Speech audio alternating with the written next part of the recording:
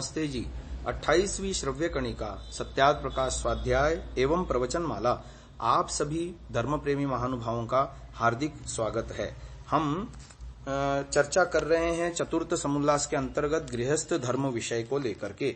इसमें मनुस्मृति के अनुसार तो स्त्रियों का बड़ा गुणगान किया है और पुरुष और स्त्री में समानता का दर्जा दिया है, बल्कि स्त्री का अधिक सम्मान होना चाहिए विशेषताओं की वजह से, क्योंकि उसके ऊपर दायित्व गृहिणी का सारी धुरी गृहिणी ही होती है, घर की मालकिन गृहिणी होती है। और घर में जिसका गृहिणी का सम्मान होता है वहां पर देवता रमण करते हैं। ऐसी ऐसी बातों को हमने गत श्रव्य कणिका में सुना था।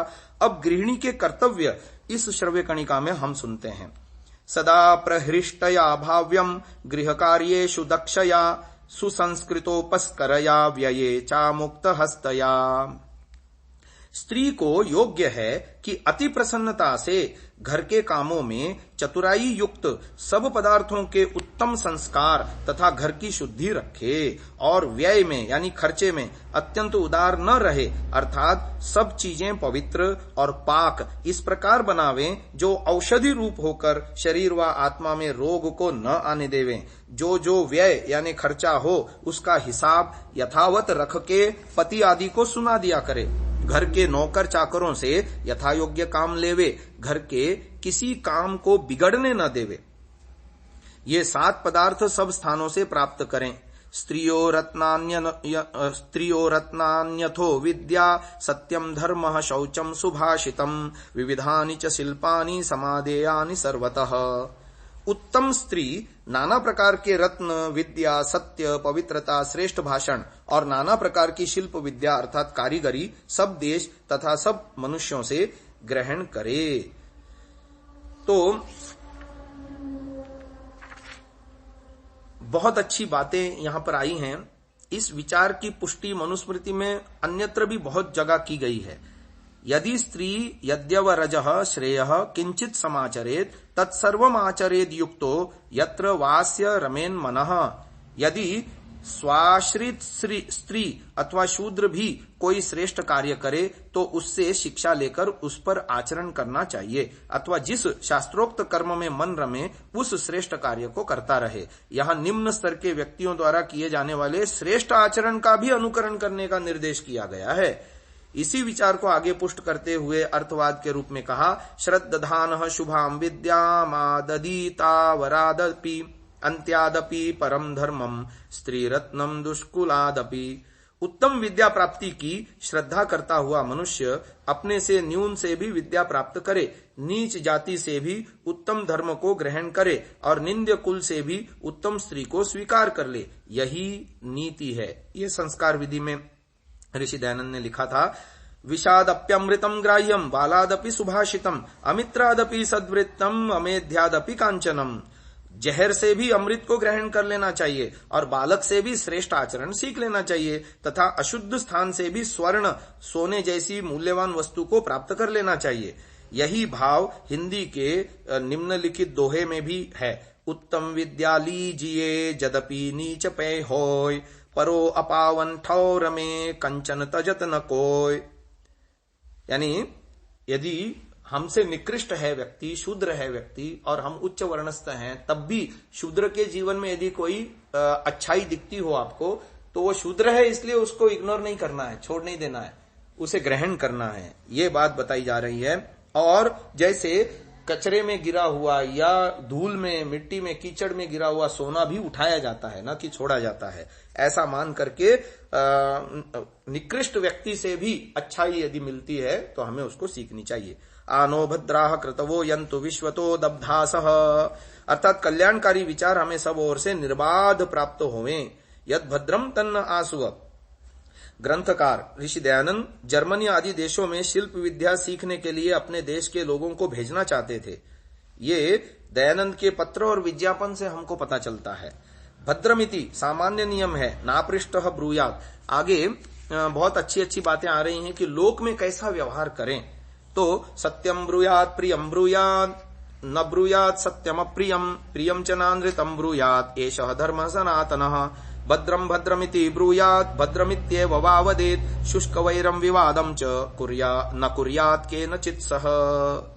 सदा प्रिय सत्य, दूसरे का हितकारक बोले। अप्रिय सत्य अर्थात काणे को काणा न बोले। अनृत अर्थात झूठ, दूसरे को प्रसन्न करने के अर्थ न बोले। चालू भाषा में उसे चापलूसी कहते हैं। चापलूसी न करे, चापलूसी में झूठ ही तो बोला जाता है। सदा भद्र अर्थात सबके हितकारी वचन बोला करे। शुष्क वैर यानी बिना अपराध किसी के साथ विरोध व विवाद, लड़ाई बखेड़ा न करे। तो हितकारी वचन अप्रिय होने पर भी अवश्य कहे। ये और एक बात बता रहे हैं, जो जो दूसरे का हितकारक हो वह चाहे बुरा क्यों न माने तथापि कहे बिना न रहे। पुरुषा बहवो राजन सततम प्रियवादिनः अप्रियस्य तु पथ्यस्य वक्ता श्रोता च दुर्लभः। ये विदुर नीति के अंतर्गत उद्योग पर्व में श्लोक है। हे धृतराष्ट्र, इस संसार में दूसरे को निरंतर प्रसन्न करने के लिए प्रिय बोलने वाले प्रशंसक लोग तो बहुत हैं, परंतु सुनने में अप्रिय लगे और वह कल्याण करने वाला वचन हो, उसके कहने और सुनने वाला पुरुष दोनों ही दुर्लभ हैं। तो बहुत अच्छी बातें हम यहां पर सुन रहे हैं कि एक सामान्य नियम होता है, ना पृष्ठः कस्यचित ब्रूयात, अर्थात जब तक कोई पूछे नहीं तब तक किसी को कुछ भी न कहे, किंतु जिसका हित अभिष्ट हो उसके हित की बातें बिना पूछने के भी कह दे।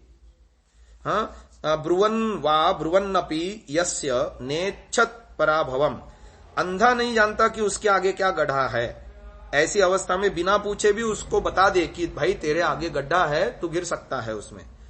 ऐसे ही पुरुषो बहवो राजन, वास्तव में ऐसी बात जो सुनने में भी अच्छी लगे और हितकारी भी हो, मुश्किल से ही मिलती है। हितम मनोहारी च दुर्लभम वचः, उचित यही है कि जिसमें किसी का हित जाने उसको बेखटके कह देनी चाहिए। रोग को दूर करने के लिए कड़वी दवाई पिलाने या इंजेक्शन की सुई चुभोने या आवश्यकता पड़ने पर ऑपरेशन द्वारा शरीर के किसी अंग को काटकर फेंक देने में भी संकोच नहीं करना चाहिए। तो निंदा स्तुति क्या है? सत्यम ब्रूयात, प्रियम ब्रूयात इत्यादि श्लोक सामान्य धर्म के प्रतिपादक हैं, पर प्रियम च नान्द्रितम चैव असत्य भाषण पर रोक लगाता है। यथार्थ यह है कि शत्रोरपि गुणा वाच्या दोषा वाच्या गुरोरपि, यानी शत्रु के भी गुणों की प्रशंसा करनी चाहिए और गुरु के भी दोषों का कथन करने में संकोच नहीं करना चाहिए, पर वहां भाव सूचना का होना चाहिए, आरोप या शिकायत रूप में नहीं। ये ध्यान रखना है, नहीं तो ये मर्यादा भूलने पर सारा बखेड़ा हो सकता है। नित्यम शास्त्राण्यवेक्षेत, तो बहुत अच्छी चर्चा हमारे सामने आ रही है कि निंदा स्तुति का लक्षण ऋषि दयानंद लिख रहे हैं, कभी किसी की निंदा न करे। जैसे गुणेषु दोषारोपणम असूया, अर्थात दोषेषु गुणारोपणम अपि असूया। गुणेषु गुणारोपणम, दोषेषु दोषारोपणम च स्तुति। दो परिभाषाएं दे रहे हैं कि गुणों के स्थान में दोष लगाना उसको कहते हैं असूया, और दोष में दोष होने पर भी गुण बताना वो भी है असूया। और गुणों को गुण कहना और दोषों को दोष कहना ये स्तुति है। हमने स्तुति तो एक ही प्रकार की समझ रखी है अपने मन में कि किसी के गुणों की प्रशंसा करना स्तुति है, अथवा जब झूठे गुणों की प्रशंसा करते हैं अपना मतलब निकालने के लिए, जिसे चापलूसी कहा जाता है, उसको भी हम स्तुति मान लेते हैं या समाज में माना जाता है, परंतु ऐसा नहीं है।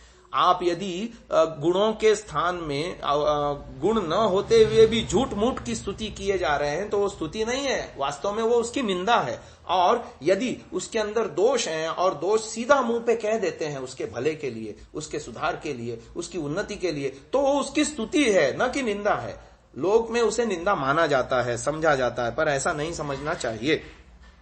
तो अर्थात मिथ्या भाषण का नाम निंदा और सत्य भाषण का नाम स्तुति है।